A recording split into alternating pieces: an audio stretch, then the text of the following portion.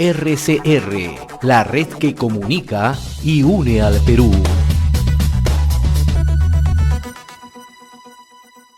Vamos a comenzar el programa con un distinguido invitado, ¿no? Fernando Castillo Torres, ¿no? Economista, experto en gestión social, magíster en gobierno y ciencia política en la Universidad Católica de Perú. Mi estimado Fernando, qué gusto de tenerte. Gracias, como siempre, por acceder a la invitación de RCR, Red de Comunicación Regional. Muy amable. Muy buenos días, José. Un agradecimiento también a ustedes por la oportunidad de compartir algunas reflexiones de alguna manera de cómo está nuestro sector minero y nuestro país en general. Un fuerte saludo también a todos los radioescuchas a lo largo y ancho del país. Bien, hace 2 días, a través de un comunicado de su despacho, el congresista de Perú Libre, Jaime Quito, que además es representante por Arequipa, ha adelantado que hoy está llegando al Valle del Tambo, en Islay, una delegación que estaría encabezada por ministro de Estado. Ya por lo pronto el presidente del Consejo de Ministros dice que no asiste, pero se tiene información que asisten otros ministros, ¿no? Y ahí viene el tema central, ¿no? Porque este comunicado habla de una improcedencia del proyecto Tía María, ¿no? Y a renglón seguido dice iniciar las acciones de cancelación definitiva del proyecto, ¿no? Y cuando uno se pone a analizar o trazar una perspectiva de qué pasa si cancelan el proyecto Tía María, hay que ponerse inmediatamente a meditar y qué va a pasar con los futuros proyectos en el país, ¿no? No solamente es el riesgo Tía María, sino lo que se viene, ¿no? O sea, ¿qué crees tú que puede ocurrir y qué tendríamos que esperar en los próximos meses en cuanto a inversiones y fundamentalmente a lo que es la seguridad jurídica? Bueno, no va a ocurrir, ya está ocurriendo, mi querido José. Una mala noticia el día de hoy, Yanacocha, la compañía minera Yanacocha, una subsidiaria de Newmont y en menor proporción por Buenaventura, ha anunciado que desiste por ahora de la inversión que se iba a desarrollar en Cajamarca en una ampliación en Yanacocha Sulfuros. Esto implica $2.500 millones menos de inversión. Y perdóname que me salga lo de Tía María para dar un contexto, ¿no? Perfecto. Desde el momento que se dio el resultado de la primera vuelta electoral, en donde ya se tenía claro que tenías una opción pro mercado y una opción antisistema, ¿no?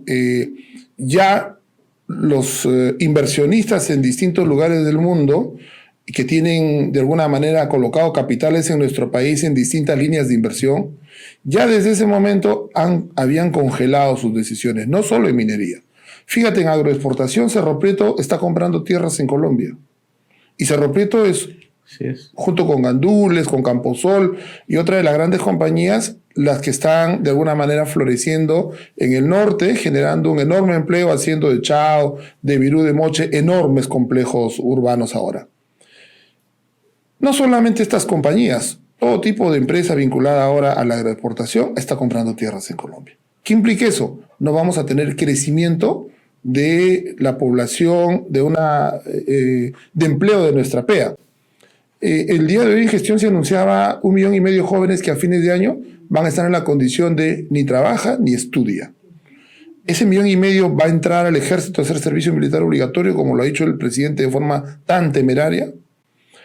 En el caso de la minería, ya desde inicios del mes de junio, cuando ya se tenía, más aún ya la tendencia que no se moviera, un empate y no se sabía qué pasaba, en definitiva, pues los distintos niveles de decisión del inversor ya venían congelando decisiones. Hoy lo que está sucediendo es el colofón de lo que ha significado no solo el resultado electoral, sino que el anuncio sostenido del presidente en su mensaje a la nación de ir por una nueva constitución vía un referéndum. ¿Qué implica eso? Implica un recojo de aproximadamente 5 millones de firmas, porque tú necesitas un número de firmas adicional a las que exige la OMPE, por cuanto muchas de ellas no están bien tomadas, el DNI no coincide, etc., y se anulan. Hay más o menos la estadística dice que un 30% se pierde. Eso implica hablar de 4,5 millones aproximadamente de firmas que deben ser recogidas. ¿Cuándo terminarán de recogerlas? ¿En noviembre, en diciembre, en enero? No se tiene claro eso. Cuando termine de recogerlo, la OMPE debe calificarlas. Y cuando las califique y diga, se ha alcanzado el número mínimo válido, se tendrá que convocar. ¿Qué dice la ley? Que el referéndum se convoca un año después de haber sido aprobado. Si es aprobado hasta diciembre de este año, será en el año próximo, probablemente en las elecciones regionales y municipales. Pero si no es este año aprobado y el recojo de firmas se lleva al año 2022, el referéndum sería el 2023. No solo el promovido por el presidente Castillo, sino el promovido también por el joven Gersi, que está también sacando adelante un referéndum para impedir y proteger la Constitución. Tienes 2 referéndums en camino. Probablemente los 2 se aprueben o probablemente alguno de ellos corra. Lo real es que este referéndum no va a ser menos de octubre del año próximo. Quiere decir que cualquier inversionista de cualquier tipo de línea de negocio, ¿no?, de actividad económica que tenga que ver con grandes capitales y que sobre todo esté atado a créditos financieros internacionales, lo que te van a hacer es medir cómo vas a ir a un país que no se sabe a dónde va a llegar porque no tiene claro si tiene o no tiene la Constitución vigente, si va o no va a cambiar. Y mira hasta dónde hemos tenido la mala suerte de tener un escenario como este, porque no digo para suerte, pero por lo menos económicamente Chile está sufriendo una situación muy similar ahora, pero ya con una constitución en discusión donde se quiere prohibir la propiedad privada, donde se quiere universalizar una serie de temas que no son posibles financiar por el Estado, pero lo quieren aprobar por constitución. Eso, mi querido José, va a significar una fuga de capitales de por lo menos 30 a 50 mil millones de dólares de los inversionistas chilenos. ¿A dónde va a ir ese inversionista chileno? ¿Va a ir a Argentina? No. ¿Va a ir a Brasil, donde probablemente Lula gane las elecciones? Tampoco. ¿Va a venir a Perú en esta condición? Nunca. Tampoco. Sí. Va a ir a Ecuador, va a ir a Colombia, va a ir a Panamá, va a ir a cualquier sitio a desarrollar, pero no lo va a hacer acá, que sería su condición natural, porque acá Chile tiene un alto volumen de inversión en los retails, en cementos, etc., en minería, ahora que está también presente, ¿no? Ahora, volviendo al tema, tía María, ¿por qué? Porque esto puede graficar exactamente lo que tú... Ahora entro en lo de descrito, tía María. ¿ya? Me perdona, A ver, quería dar el contexto. No. ¿Qué? O sea, si se cancela, tía María, como es el objetivo de un grupo de, ya lo han anunciado públicamente, de congresistas de Perú Libre encabezados por Jaime Tito, además se hace en un momento donde el precio del cobre está en su más alto nivel, ¿no? Pero además, mirando la otra orilla, ya la otra vereda, dejamos de ser un país atractivo, como tú lo dices, ¿no? Esa es una señal. Y por efecto cascada, ¿qué puede venir? Que muchos proyectos de inmediato digan, bueno, hasta acá nomás, espera. La energía eléctrica acaba de subir. Claro. ¿Ya? ¿Ya? Entonces, tiene más elementos ahí que hacen que este combo se vuelva más complejo. En el caso específico de tía María, el problema es que la bancada de Perú Libre, por lo menos un sector que responde al aparato político y no a los invitados, continúa en campaña. Así es. Y continúa en campaña porque tiene un objetivo político trazado que es el cambio de la Constitución. Y parte de su campaña es, obviamente, tener medidas populistas. La presencia del premier Bellido en Chumbivilcas, donde él ha generado las paralizaciones anteriores, hace y obedece a que la búsqueda de las firmas siga siendo el eje principal. No es el bienestar del país para un sector, repito, de Perú Libre, ¿no? No estoy universalizando, porque también se ha visto en estos días muchos congresistas, por lo menos que tienen la voluntad de hacer un llamado a la reflexión. Pero qué interesante lo que dices tú, porque esa es una lectura real. Tú la conoces además, ¿no? O sea, estoy haciendo proselitismo político. Continuamos en campaña. Y ya Continuamos tengo en campaña. cancha libre como para poder convencer y rescatar firmas. Eso es lo que está sucediendo ahora en Tía María, un congresista que ha obtenido la mayor votación en Arequipa y que tiene la tarea de recoger las firmas y decir todo Cocachacra debe firmar en favor de la Constitución. ¿Qué tengo que hacer para eso? Si tengo que sacrificar a mi mamá, la voy a sacrificar. Lo que va a hacer es anunciar cosas que no tienen asidero, porque el proyecto Tía María tiene un estudio de impacto ambiental aprobado, tiene todos sus instrumentos aprobados, tiene dificultades conocidas en materia social, pero si el Estado tomara una acción de esa naturaleza, lo que nos va a suceder es que nos van a llevar al CIADI. Y en el CIADI probablemente el Grupo México recupere 3.000, 4.000 millones de dólares por el lucro cesante, es decir, me estás quitando un proyecto que todavía no lo empecé, mi inversión fue X, pero mis pérdidas proyectadas por el documento que me has quitado son tales. Ya sucedió en Corani. Con cifras menores, con una simple exploración, el Perú perdió 35 millones de dólares. Y son contratos ley, ¿no? Son contratos ley, ¿no? Son contratos ley. Ahora, nosotros somos parte del CIADI. El Banco Mundial tiene este ente que se encarga pues de regular estos posibles abusos. Cuando uno ve y dice el modelo que Pedro Castillo pretende implementar, se habla pues de Venezuela, Cuba, Nicaragua. Yo no lo veo por esos lados. Él busca hacer Bolivia, básicamente que en su momento nacionalizó el gas y los bolivianos tuvieron que pagar una multimillonaria multa que el CIADI obligó vía una sentencia internacional, y las compañías mineras que en su momento se hizo una acción similar, ninguna volvió a invertir un sol más, $1 más. Simplemente terminas de recuperar tu inversión, acabas con el pozo, con el tajo en la condición en la que está y te vas. Ayúdanos a explicar ese tema, ¿no? Porque mucho se habla del modelo boliviano. En el sur del país, fundamentalmente, he tenido oportunidad de conversar con distintos actores políticos, ¿no? Y ponen como ejemplo Bolivia, ¿no? Pero también he conversado con actores bolivianos, ¿no? Gente que ha seguido muy de cerca. Conversé hace un mes con quien fue ministro de Hidrocarburos en Bolivia, y nos decía, en Bolivia no hay una sola inversión nueva Así en los es, últimos no hay años. nada. ¿Qué es lo que ha pasado? Con minería, por ejemplo. Minería, se trató de generar estas llamadas nuevas condiciones. El tema con la minería, José, es muy sensible. El Perú, al igual que en la gastronomía donde destacamos mundialmente, la minería es otro de los pocos temas donde destacamos mundialmente. Y es que el Perú es uno de los 5 o 6 países bendecidos por la naturaleza, que tienen, pues, son países polimetálicos. Nosotros competimos en una esfera en donde es un club muy reducido, en donde están Canadá, Australia, China, México, Estados Unidos, Chile y por ahí Sudáfrica, ¿no? Uno que otro. Son países que concentran la despensa de minerales en oro, plata, cobre, plomo, ¿no? Zinc, minerales que se están requiriendo, tierras raras, ahora litio, ¿no? Y entre esos países es en donde todos ellos competimos por atraer inversión. Bolivia no figura en este mapa. Cuando alguien viene y nos dice, mira la norma que ha sacado Alemania, no nos interesa lo que Alemania haga porque no es minero. Mira la norma que ha salido en Francia, no nos interesa lo que Francia haga en sus normas medioambientales o minería, porque Francia no es un país minero. Nosotros debemos seguir mirando lo que hace Canadá, lo que hace Australia, lo que hacen estos países en donde competimos nosotros por atraer inversión. Entonces Bolivia tomó una decisión, con la poca minería que ya venía desarrollando, de aplicar un conjunto de nuevos tributos, ¿no? Un nuevo orden le llamaron. Finalmente lo que pasó en Bolivia es que las empresas mineras terminaron de ejecutar los permisos que tenían en ese momento y se retiraron. Y no hay $1 más de inversión nueva. Y es que la inversión va al sitio en donde le generan las mayores condiciones. Cuando acá ha venido la pandemia lo ha salvado al presidente Vizcarra de desnudar la incapacidad de su gobierno. En plena pandemia, Ecuador ha llegado casi a los $900 millones de inversión y nosotros a 220, siendo un país más rico.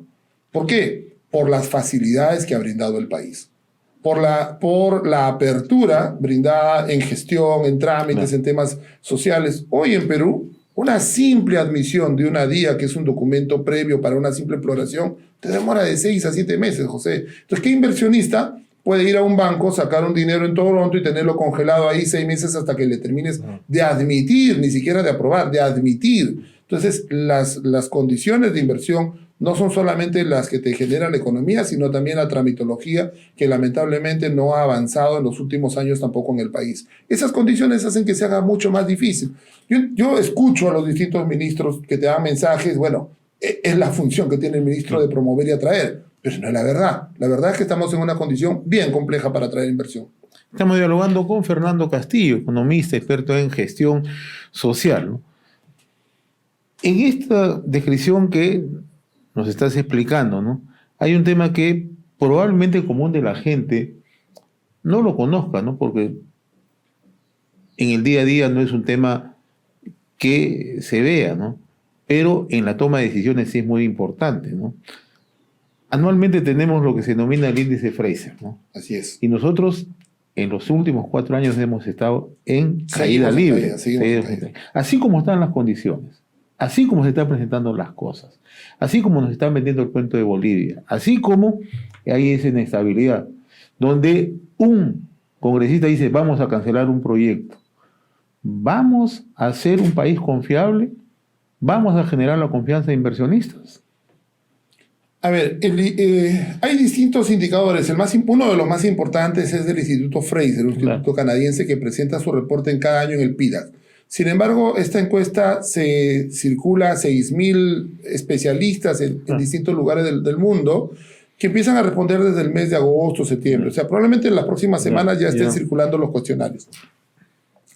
Estas medidas, ¿qué es el índice Fraser? Es un indicador de percepciones, es decir, cómo nos ven en distintos ángulos, en temas de tramitología, en temas sociales, en entorno estatal, en entorno gubernamental, etc, etc. Ya veníamos mal en temas de gobierno, ya veníamos mal en tema de trámites, ya veníamos mal en tema de conflictos sociales. ¿Cuál de esos indicadores ha mejorado? Como para que nosotros mejoremos en el índice Fraser. Ninguno, todo lo contrario. Los indicadores que están vinculados a promoción de gobierno son los que en este momento se deben estar cayendo. Por lo menos eso en su momento era un indicativo que el gobierno te brindaba las condiciones y las facilidades que se han ido deteriorando en el transcurso de los años.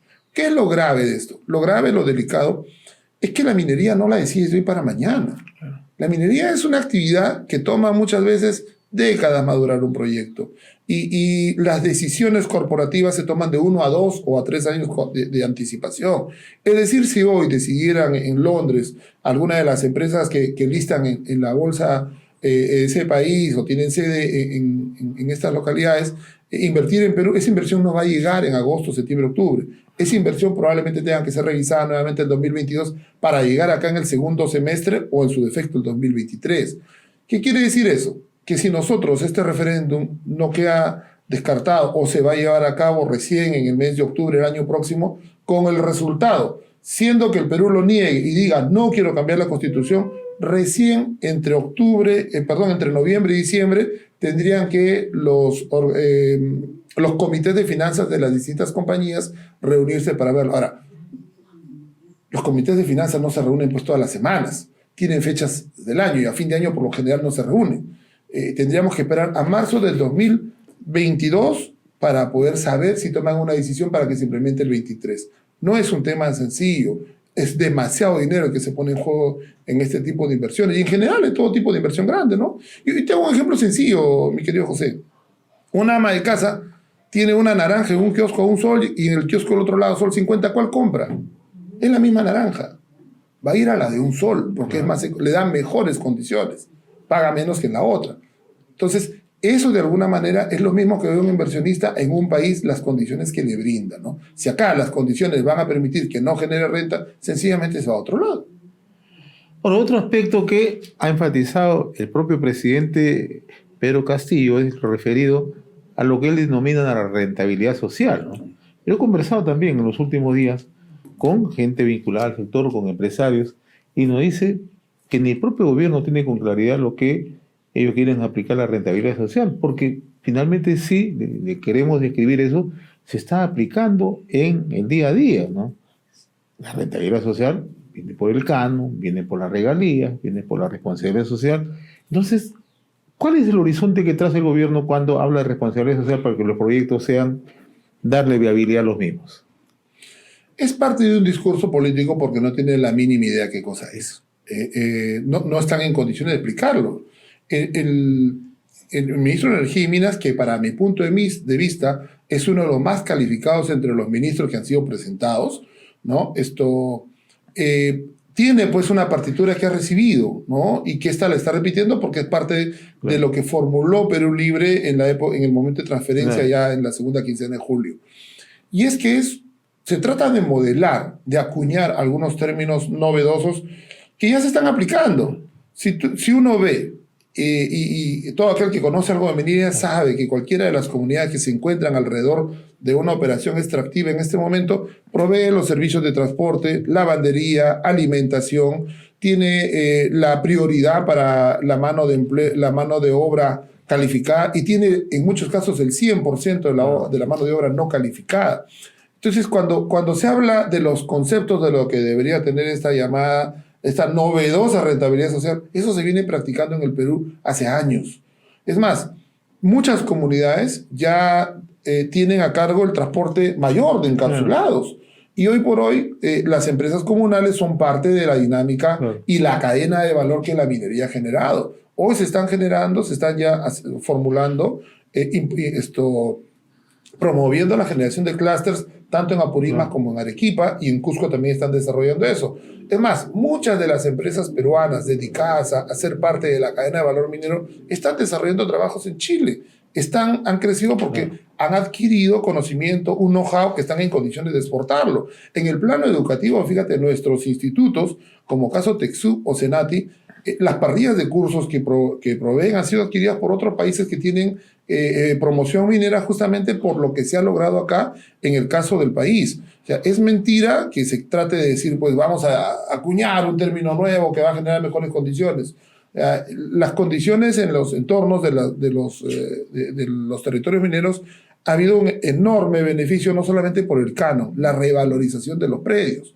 Terrenos seriazos que no valían nada antes de la llegada de una compañía minera y hoy por hoy, pues y en buena hora que las comunidades tengan un muy buen ingreso, ¿no? De todas maneras, es algo que hay que seguir escuchando, cómo pretenden conceptualizar algo que esté en un vacío y que reconozco de repente que sea una buena intención, pero el tratar de generar condiciones que no tienen pies ni cabeza no hace más que confundir más, porque lo que el empresariado en general quiere de cualquier tipo de actividad y en cualquier lugar del mundo es predictibilidad. Claro. Que te digan, esto significa A, B, C y cuesta tanto, de manera que veas si en el modelo de negocio corre o no corre.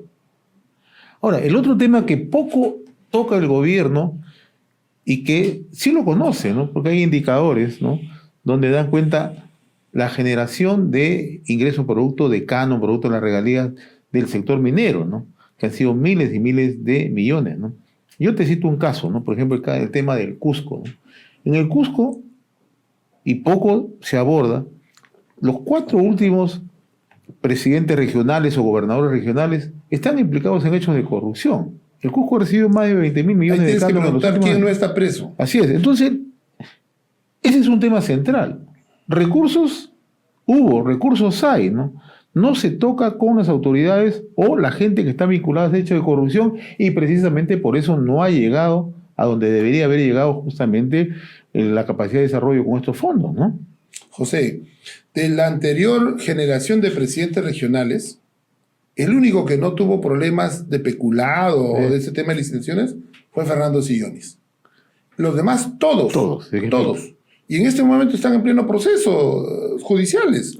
Todos, por hospitales no terminados, obras inconclusas, sobrevaloradas. El caso del presidente Vizcarra, que hablaba tanto de la corrupción, el último día de su gobierno, pitufear cuántos millones para poder... o sea, este es un tema en el cual la corrupción ha impedido en los niveles de las regiones y los municipios. Yo soy un funcionario nacional en el Estado. A mí venían algunos alcaldes y me decían, si a mí no me van a entregar el dinero para licitar, ingeniero, déjelo a mi pueblo sin luz.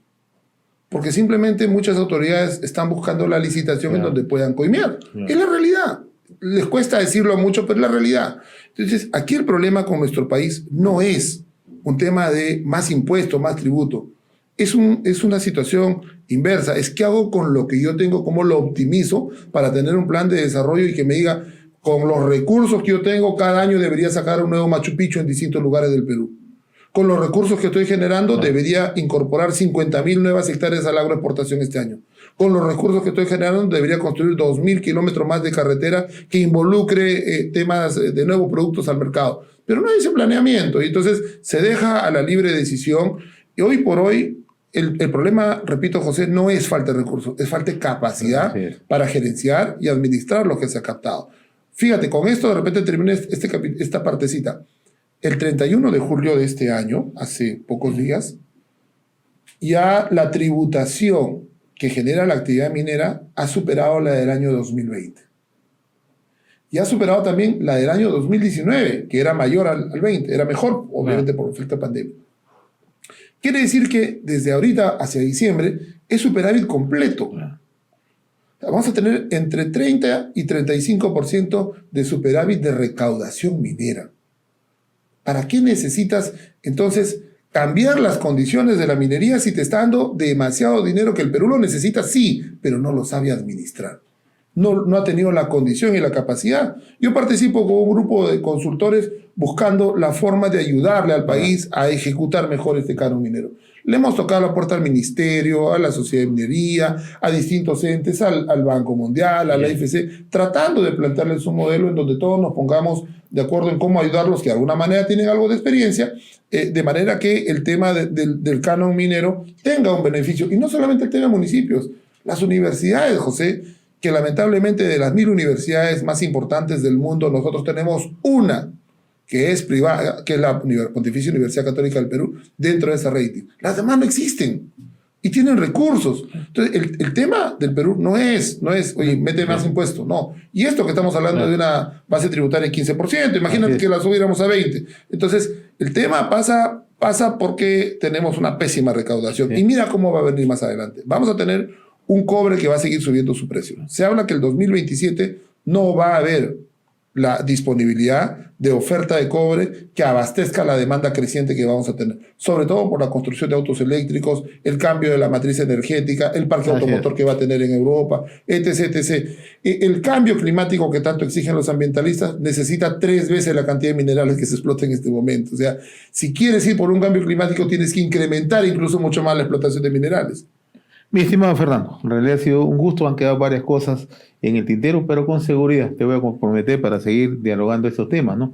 Un tema que me gustaría tocarlo en una próxima oportunidad, el Estado inversionista, como lo ha planteado el presidente, ¿no? Si estamos en condiciones, no estamos en condiciones, o vamos a retroceder, ¿no? Hay mucho por conversar ahí de experiencias, de otros países, qué cosas lo que han hecho, a quiénes han convocado.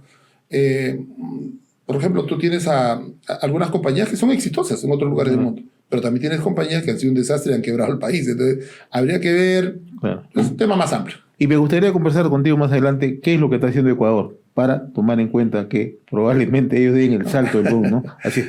Muy bien. Encantado, Pepe. Muchas gracias. Conversamos con Fernando Castillo, ¿no? Economista, experto en gestión social, magíster en gobierno y ciencias políticas en la Universidad Católica de Perú.